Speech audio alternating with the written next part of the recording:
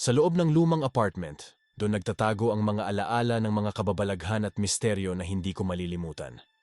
Ako at ang aking 5 kaibigan, sa aming paghahangad ng kalayaan at independensiya, hindi namin alam na ang aming paglipat ay magbubukas ng mga pintuang daan patungo sa mga pangyayari na hindi namin inaasahan. Noong 2018, nagpasya kaming lumipat at mag-aral sa isang universidad para sa aming senior high school, malayo mula sa aming bayan. Kasama ang aming mga magulang, kami ay naghahanap ng apartment na malapit sa paaralan. Ngunit hindi namin alam ang tunay na itsura ng apartment hanggang sa mismong araw ng aming paglipat. Pating na nga ang araw na lilipat na kami sa apartment kung kaya't masayang-masaya kami dahil malalayo na kami sa bayan kung saan kami lumaki. Pagkarating ko sa apartment ay bumungad agad ang isang malaking puno ng mangga sa gilid ng apartment namin. Hindi ko maintindihan, ngunit palagi akong napapatingin sa puno na iyon dahil pakiramdam ko ay parang may nakamasid sa amin sa taas ng puno. Pagkatapos ng unting usap at kwentuhan sa labas, kasama ang aming mga magulang, ay pumasok na kami sa loob ng apartment para libutin ang loob. May second floor pala ang apartment na ito kung saan doon nakapwesto ang 2 kwarto na panglalaki at pangbabae. Kami nga lang pala ng mga kaklasiko ang titira dito. Sa baba naman ay nandun naman ang common CR at katapat neto, ang lumang hagdan na kahoy patungo sa second floor. Pagkatapos naming maisaayos ang mga gamit namin sa loob, ay umalis na din ang aming mga magulang at umuwi na sa aming bayan. Kami naman ng aking mga kaklase ay lumabas at tumambay muna upang magpahangin at magkwentuhan. Hindi ko talaga maiwasang mapatingin sa puno ng mangga na iyon. Habang nagkwekwentuhan ay bigla akong naiihi ngunit may nauna na sa CR namin kaya napagpasyahan ko na lang na umihi sa gilid ng apartment kung saan katapat nito yung puno ng mangga. Habang umiihi ako ay ramdam ko talaga na may nakatingin sa akin sa likod ko kung saan nandoon yung puno. Binilisan ko na lang at bumalik na ako sa aking mga kaibigan. Makalipas ang ilang minuto ay nakaramdam ako ng init na parabang lalagnatin ako. Pumasok na kami sa apartment at kumain. Pagkatapos nun ay nagpaalam na ako sa mga kasama ko na mauuna na ako sa kwarto dahil hindi na maganda ang pakiramdam ko. Nung nasa kwarto ako ay nakatulog ako nang bigla akong nagising at ramdam ko na nilalagnat na ako. Pagtingin ko sa tabi ko ay andon ang isang kaibigan ko at laking pagtataka ko at bakit gising pa siya dahil pakiramdam ko ay nasa 4 na oras na akong nakatulog. Tinanong ko siya kung anong oras na at nalaman ko na wala pa pala akong 1 oras na nakatulog at halos kapapasok lang din niya sa kwarto. Bumalik ako sa aking tulog, ngunit pagkalipas ng ilang minuto ay nagising ulit ako at sa oras na yon ay hindi na normal ang nararamdaman ko. Para akong nilalamon ng buong kwarto at pakiramdam ko ay umiikot ang lahat ng gamit sa kwarto. Pagtingin ko sa gilid ko, ay wala doon yung kaibigan ko, nakasama ko, kanina sa kwarto. Sumigaw ako at tinawag yung kaibigan ko, at agad-agad naman siyang dumating. Pagdating niya sa pinto, ay hinila ko siya pababa papunta sa sala sa first floor ng apartment. Kaya siya naman ay takang-taka at binigyan niya ako ng tubig para huminahon ako. Nakita ko sa sala na nandun silang lahat at nagkwekwentuhan. Kaya kwinento ko sa kanila yung nangyari. Tumatawa lang sila at sabay biro sa akin na winelcome lang daw ako ng dating may-ari ng apartment kaya ganon. Ngunit para sa akin totoo yon at akin yung naranasan. Pagkatapos ng ilang minuto ay inaya ko na ang isa kong kaibigan para samahan na akong matulog dahil hindi na talaga maganda ang pakiramdam ko. Pagsapit ng umaga ay gumaan na ang pakiramdam ko at nawala na din ang lagnat at pumasok na din kami sa paaralan dahil ito na din ang araw na mag-uumpisa na ang klase sa university.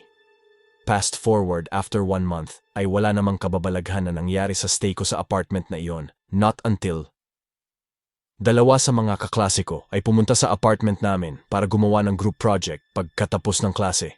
Lingid sa kaalaman ko na bukas pala ang third eye ng isa sa mga kaklase ko at nakakita siya ng mga bagay na hindi nakikita ng ating mga mata.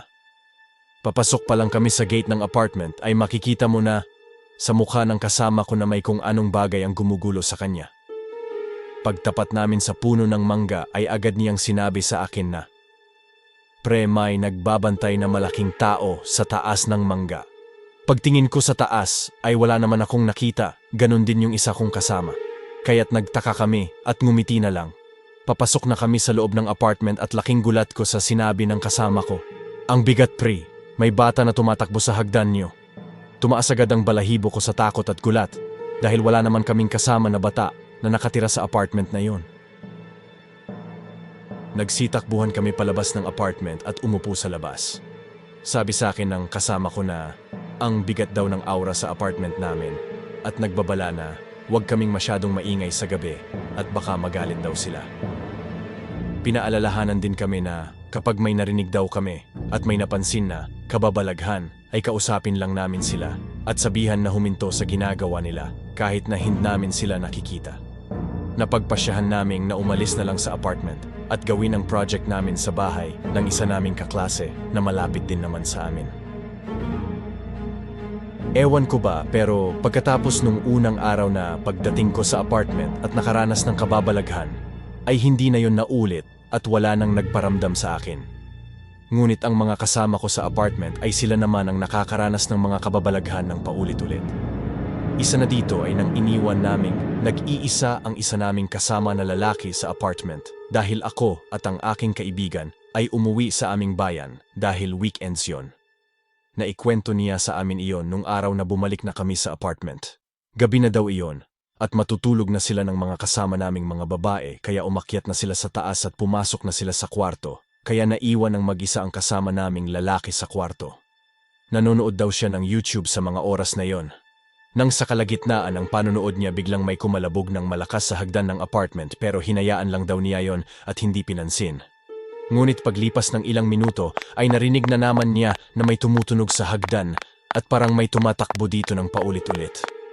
Lumabas siya ng kwarto at tinignan niya ito pero pagtingin niya ay wala namang tao ron, wala ding tao sa CR at nakapatay din ang lahat ng ilaw sa baba. Sinilip din niya yung mga babae naming kasama at nakita niyang nakatulog na din silang lahat. Bumalik na siya sa kwarto at pinagpatuloy ang panood, ngunit wala pang ilang minuto ng panonood ay nandun na naman yung tunog ng yapak ng mga paa na para bang pulit-ulit na tumatakbo pataas at pababa sa hagdan. Lumabas ulit siya ng kwarto at sinilip ang hagdan ng laking gulat niya sa nakita niya. Isang batang babae na duguan at nakangiti na parang gustong makipaglaro sa kanya. Kumaripas daw siya ng takbo papunta sa kwarto at nagtalukbong ng kumot sa takot. Nakatulog daw siya sa sobrang takot. Ngunit naalimpungatan daw siya ng may parang tao ang biglang tumabi sa kanya pero isinantabi niya na lang ito at bumalik sa pagtulog ngunit kinilabutan siya nang may malamig na humawak sa kanyang likuran. Pinagpapawisan na daw siya ng malamig sa mga oras na yon kaya nagdasal na lang daw siya. Pagkatapos niya magdasal ay nawala na rin yung pakiramdam na may nakahawak sa kanya.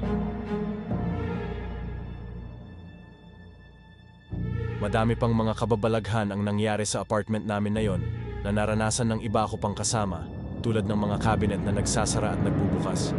Bigla-biglang nag-flush na kubeta, batang tumatawa at marami pang iba.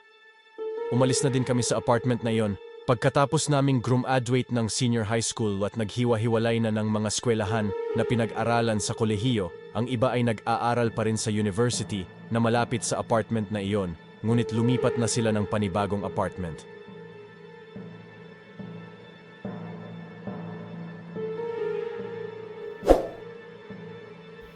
You can write your scary stories in the comment section and let's talk about it.